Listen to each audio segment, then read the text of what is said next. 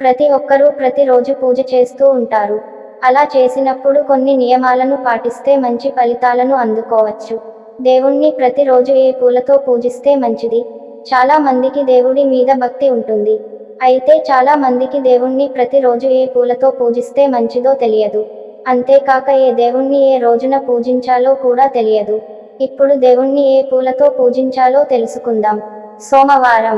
సోమవారం శివుణ్ణి పూజించాలి. శివుని అనుగ్రహం మన మీద ఉండాలంటే మారేడు దళాలు, తెల్లని పూలతో పూజ చేయాలి. మంగళవారం. మంగళవారం ఆంజనేయ స్వామికి ఇష్టమైన రోజు. ఈ రోజు ఆంజనేయ స్వామిని తమలపాకులతో పూజించాలి. అలాగే మంగళవారం సుబ్రహ్మణ్య స్వామికి ఎర్ర పూలతో పూజిస్తే స్వామి అనుగ్రహం పొందవచ్చు. బుధవారం. బుధవారం ఆయప్ప స్వామిని పూజించాలి. ఆయప్ప స్వామిని చాలా నియమాలు మరియు భక్తి శ్రద్ధలతో పూజించాలి.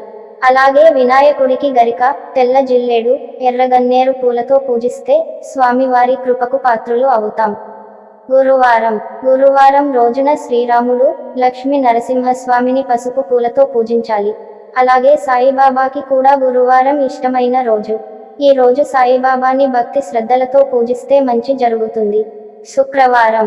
శుక్రవారం రోజున దుర్గాదేవికి ఎర్రని మందార పూలతో పూజిస్తే అమ్మవారి అనుగ్రహం కలుగుతుంది. శనివారం. శనివారం వెంకటేశ్వర స్వామికి ఇష్టమైన రోజు. ఈ రోజు స్వామివారికి తులసి మాల, నీలం రంగు పూలతో పూజించాలి. అలాగే నవగ్రహాలను కూడా నీలం రంగు పూలతో పూజిస్తే మంచిది.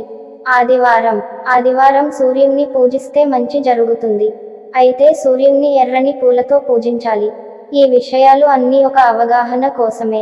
మనలో చాలా మందికి ఏ వారంలో ఏ దేవునికి పూజ చేయాలి, ఏ పూలతో పూజ చేయాలి అనే విషయాలు పెద్దగా తెలియవు. ఈ వీడియో నచ్చితే దీని ప్రకారం పూజ చేయటం ప్రారంభించండి.